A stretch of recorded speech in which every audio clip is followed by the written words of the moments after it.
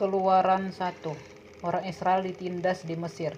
Inilah nama para anak Israel yang datang ke Mesir bersama-sama dengan Yakub. Mereka datang dengan keluarganya masing-masing, Ruben, Simeon, Lewi, dan Yehuda, Isakar, Zebulon, dan Benjamin, dan serta Naftali, Gad, dan Asyir. Seluruh keturunan yang diperoleh Yakub berjumlah 70 jiwa. Tetapi Yusuf telah ada di Mesir. Kemudian matilah Yusuf, serta semua saudara-saudaranya dan semua orang yang seangkatan dengan dia. Orang-orang Israel beranak cucu dan tak terbilang jumlahnya. Mereka bertambah banyak dan dengan dahsyat berlipat ganda sehingga negeri itu dipenuhi mereka. Kemudian bangkitlah seorang raja baru memerintah tanah Mesir yang tidak mengenal Yusuf. Berkatalah raja itu kepada rakyatnya, bangsa Israel itu sangat banyak dan lebih besar jumlahnya daripada kita. Marilah kita bertindak dengan bijaksana terhadap mereka, supaya mereka jangan bertambah banyak lagi.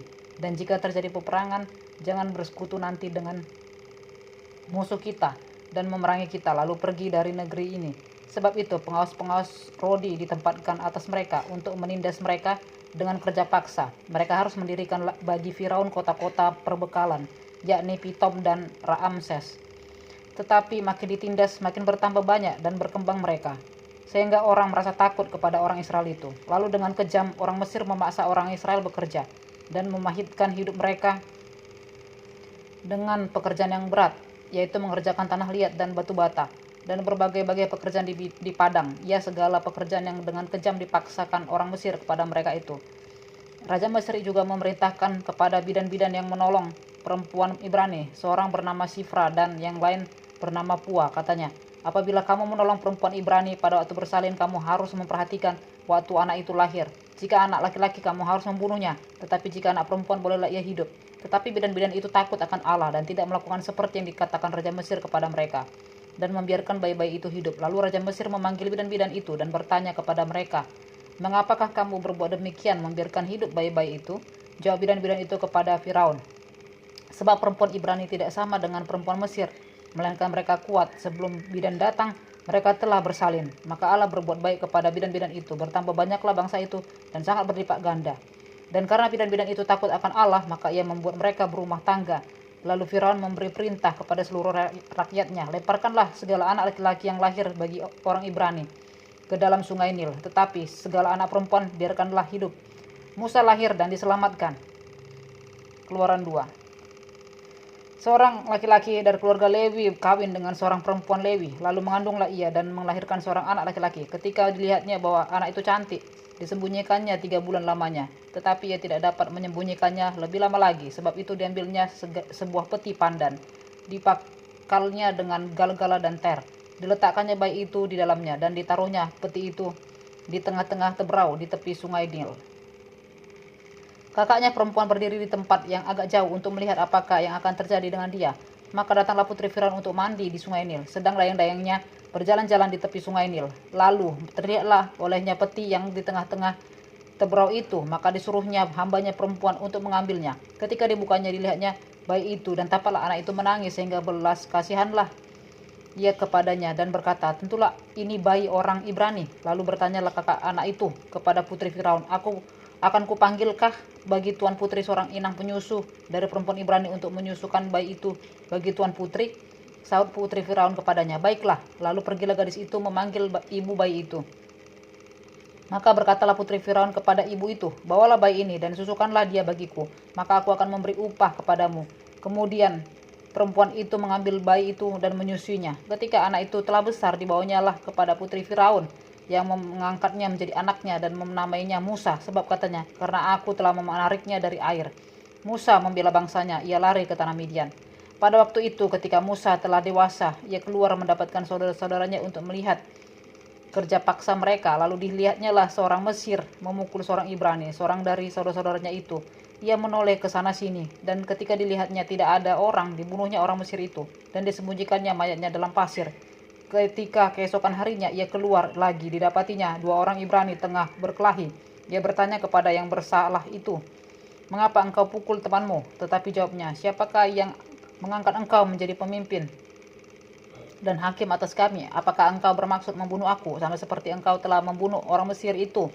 Musa menjadi takut, sebab pikirnya, tentulah perkara itu telah ketahuan. Ketika Firaun mendengar tentang perkara itu, dicarinya ikhtiar untuk membunuh Musa.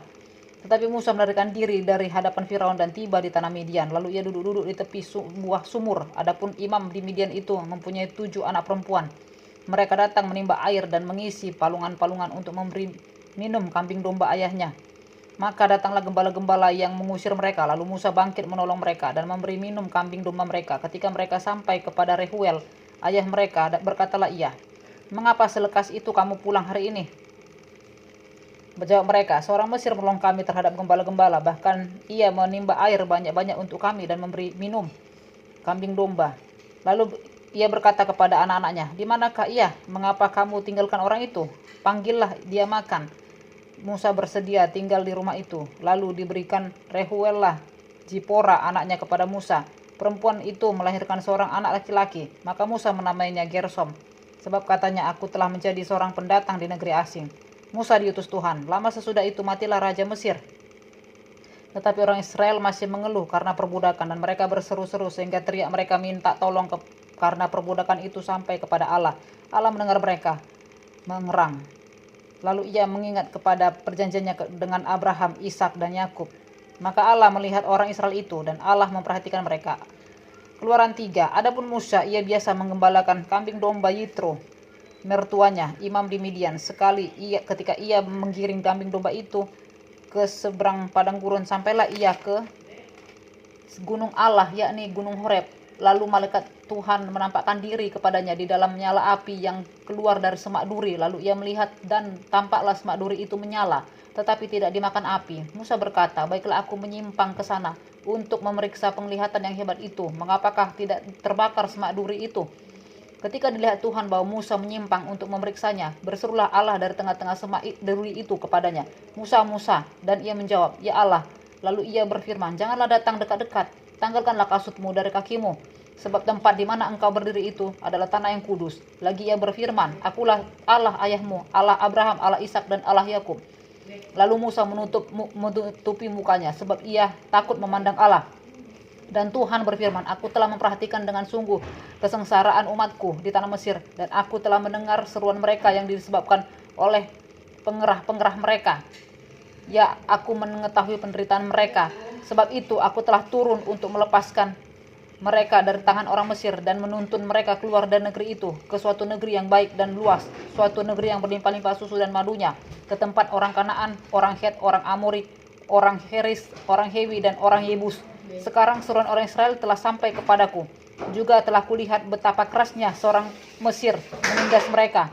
Jadi sekarang pergilah, aku mengutus engkau kepada Firaun untuk membawa umatku, orang Israel, keluar dari Mesir." Tetapi Musa berkata kepada Allah, "Siapakah aku ini? Maka aku yang akan menghadap Firaun dan membawa orang Israel keluar dari Mesir."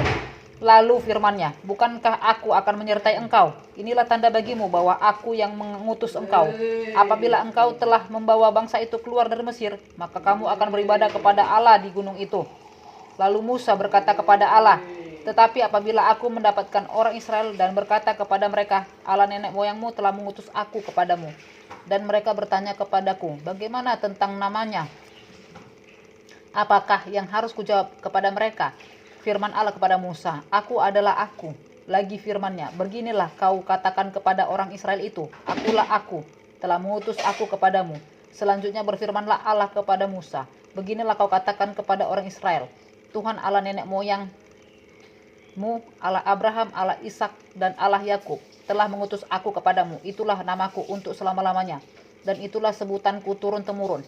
Pergilah, kumpulkanlah para tua-tua Israel dan katakanlah kepada mereka, Tuhan Allah nenek moyangmu, Allah Abraham, Ishak, dan Yakub telah menampakkan diri kepadaku, serta berfirman, 'Aku sudah mengindahkan kamu juga apa yang dilakukan kepadamu di Mesir.' Jadi aku telah berfirman, aku akan menuntun kamu keluar dari kesengsaraan di Mesir menuju ke negeri orang Kanaan, orang Het, orang Amori, orang Feris, orang Hewi, dan orang Yebus, ke suatu negeri yang berlimpah-limpah susu dan madunya. Dan bila mana mereka mendengarkan perkataanmu, maka engkau harus berserta para tua-tua Israel pergi kepada Raja Israel, Raja Mesir, dan kamu harus berkata kepadanya, 'Tuhan Allah orang Ibrani telah menemui kami. Oleh sebab itu izinkanlah kiranya kami pergi ke padang gurun 3 hari perjalanan jauhnya untuk mempersembahkan korban kepada Tuhan Allah kami. Tetapi aku tahu bahwa Raja Mesir tidak akan membiarkan kamu pergi kecuali dipaksa oleh tangan yang kuat.' Tetapi aku akan mengacungkan tanganku dan memukul Mesir dengan segala perbuatan yang ajaib yang akan kulakukan di tengah-tengahnya. Sesudah itu ia akan membiarkan kamu pergi, dan aku akan membuat orang Mesir bermurah hati terhadap bangsa ini, sehingga apabila kamu pergi, kamu tidak pergi dengan tangan hampa. Tetapi tiap-tiap perempuan harus meminta dari tetangganya dan dari perempuan yang tinggal di rumahnya barang-barang perak dan emas dan kain-kain yang akan kamu kenakan kepada anak-anakmu lelaki dan perempuan. Demikianlah kamu akan merampasi orang Mesir itu. Keluaran 4. Lalu sahut Musa, bagaimana jika mereka tidak percaya kepadaku dan tidak mendengarkan perkataanku, melainkan berkata, Tuhan tidak menampakkan diri kepadamu. Tuhan berfirman kepadanya, apakah yang di tanganmu itu? Jawab Musa, tongkat. Firman Tuhan, lemparkanlah itu ke tanah. Dan ketika dilemparkannya ke tanah, maka tongkat itu menjadi ular, sehingga Musa lari meninggalkannya. Tetapi firman Tuhan kepada Musa, ulurkanlah tanganmu dan peganglah ekornya. Musa mengulurkan tangannya dan ditangkapnya ular itu, lalu menjadi tongkat di tangannya. Supaya mereka percaya bahwa Tuhan Allah nenek moyang mereka, Allah Abraham, Allah Ishak dan Allah Yakub telah menampakkan diri kepadamu. Lagi firman Tuhan kepadanya, masukkanlah tanganmu ke dalam bajumu. Dimasukkannya tangannya ke dalam bajunya, dan setelah ditariknya keluar, maka tangannya kena kusta putih seperti salju. Sesudah itu firman-Nya, masukkanlah tanganmu kembali ke dalam bajumu. Musa memasukkan tangannya kembali ke dalam bajunya, dan setelah ditariknya keluar, maka tangan itu pulih kembali seperti seluruh badannya. Jika mereka tidak percaya kepadamu dan tidak memindahkan tanda mujizat yang pertama, maka mereka akan percaya kepada tanda mujizat yang kedua. Dan jika mereka tidak juga percaya kepada kedua tanda mujizat ini dan tidak mendengarkan perkataanmu, maka engkau harus mengambil air dari sungai Nil dan harus kau curahkan di tanah yang kering. Lalu air yang kau ambil itu akan menjadi darah di tanah yang kering itu. Lalu kata Musa kepada Tuhan, Tuhan, aku ini tidak pandai bicara, dahulu pun tidak, dan sejak engkau berfirman kepada hambamu pun tidak. Sebab aku berat mulut dan berat lidah. Tetapi Tuhan berfirman kepadanya, siapakah yang membuat lidah manusia? Siapakah yang membuat orang bisu atau tuli? Membuat orang melihat atau buta? Bukankah aku, yakni Tuhan? Oleh sebab itu, pergilah, aku akan menyertai lidahmu dan mengajar engkau apa yang harus kau katakan. Tetapi Musa berkata, Tuhan, utuslah kiranya siapa saja yang patut kau utus. Maka bangkitlah murka Tuhan terhadap Musa dan ia berfirman, bukankah di situ Harun orang Lewi itu, kakakmu? Aku tahu bahwa ia pandai bicara, lagi pula ia telah berangkat menjumpai engkau. Dan apabila ia melihat engkau, ia akan bersukacita dalam hatinya. Maka engkau harus berbicara kepadanya dan menaruh perkataan itu ke dalam mulutnya. Aku akan menyertai lidahmu dan lidahnya dan mengajarkan kepada kamu apa yang harus kamu lakukan. Ia harus berbicara bagimu kepada bangsa itu. Dengan demikian ia akan menjadi penyambung lidahmu dan engkau akan menjadi seperti Allah baginya. Dan bawalah tongkat ini di tanganmu yang harus kau pakai untuk membuat tanda-tanda mujizat. Musa kembali ke Mesir. Lalu Musa kembali kepada mertuanya Yitro serta berkata kepadanya, izinkanlah kiranya aku kembali kepada saudara-saudaraku yang ada di Mesir untuk melihat apakah mereka masih hidup. Yitro berkata kepada Musa, pergilah dengan selamat. Adapun Tuhan sudah berfirman kepada Musa di Midian, kembalilah ke Mesir sebab semua orang yang ingin mencabut nyawamu telah mati. Kemudian Musa mengajak istri dan anak-anaknya lelaki lalu menaikkan mereka ke atas keledai dan ia kembali ke tanah Mesir dan tongkat Allah itu dipegangnya di tangannya. Firman Tuhan kepada Musa, pada waktu engkau hendak kembali ini ke Mesir, ingatlah supaya segala mujizat yang telah kuserahkan ke dalam tanganmu kau perbuat di depan Firaun, tetapi aku akan mengeraskan hatinya sehingga ia tidak membiarkan bangsa itu pergi. Maka engkau harus berkata kepada Firaun, beginilah firman Tuhan, Israel ialah anakku, anakku yang sulung. Sebab itu aku berfirman kepadamu, biarkanlah anakku itu pergi supaya ia beribadah kepadaku. Tetapi jika engkau menolak membiarkannya pergi, maka aku akan membunuh anakmu yang sulung. Tetapi di tengah jalan di suatu tempat bermalam, Tuhan bertemu dengan Musa dan berikhtiar untuk membunuhnya. Lalu Zipora mengambil pisau, batu, dipotongnya kulit katan anaknya. Kemudian disentuhnya dengan kulit itu kaki Musa sambil berkata, sesungguhnya engkau pengantin darah bagiku. Lalu Tuhan membiarkan Musa pengantin darah, kata Zipora waktu itu, karena mengingat sunat itu. Berfirmanlah Tuhan kepada Harun, pergilah ke padang gurun menjumpai Musa. Ia pergi dan bertemu dengan dia di gunung Allah lalu menciumnya.